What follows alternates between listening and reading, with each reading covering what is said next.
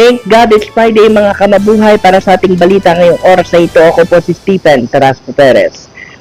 Nangunguna pa rin sa YouTube Top Trends for Music ng Pilipinas ang official music video ng hip-hop anthem ng SB19 na may titulong Dungka at bahagi pa rin ng kanilang extended play album na Simula at Wakas.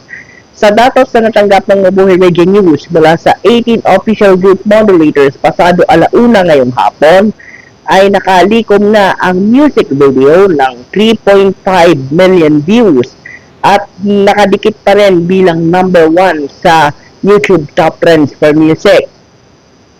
Ipinapakita ng kantang Dungka ang lokal na kultura at kalye vibes ng ating bansa, habang kasama ng P-Pop Kings sa music video ang ilan sa mga respetadong celebrities at influencers tulad ni na cosplayer Alodia Coscientiao, Sasa Girl, Mimiya at Malupiton, gayon din ang ama kabugerang si Maymay Entrata at ang unkabagable star na si Vice Ganda.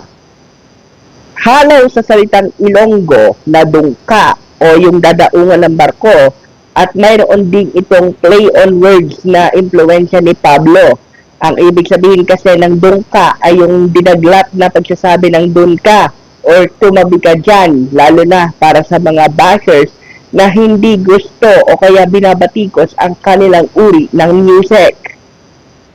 Hindi lamang yan, kasama rin nila sa YouTube Top Trends for Music ang ballad na Time, na hanggang sa mga samandaling ito ay nakapako pa rin bilang number 3. Ang Simula at Wakas Extended Play Album ay bahagi pa rin ng kaparehas na titulo ng kanilang comeback promotions na ang magiging kick-off ng kanilang world tour ay sa darating na nga pong Mayo 31 at Hunyo 1 sa Philippine Arena. Samantala, ang P-Pop Kings naman ay magsasagawa ng isang listening party sa pamamagitan ng streaming service na Spotify, at mabibigyan ng pagkakataon ang mga fans na makipagbalitaktakan sa kanila sa pamamagitan ng nasabing listening party na hindi lamang kwentuhan, mga fan-exclusive content at mga tugtog nila na tiyak kinagigiliwan din ng mga 18. Mangyayari na yan ng kinabukasan Mayo 3, alas 12 ng tanghali.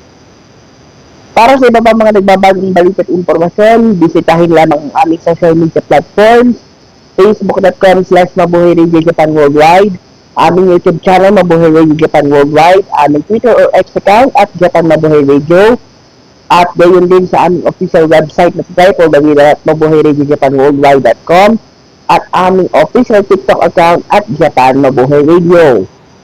Matutunghayan niyo rin po ang mga pinakasariwang balitaan, balasahan at kwentuhan mamayang alas 8 ng gabi kasama si Sir Ed Marastabilio live mula sa ating Yokohama headquarters.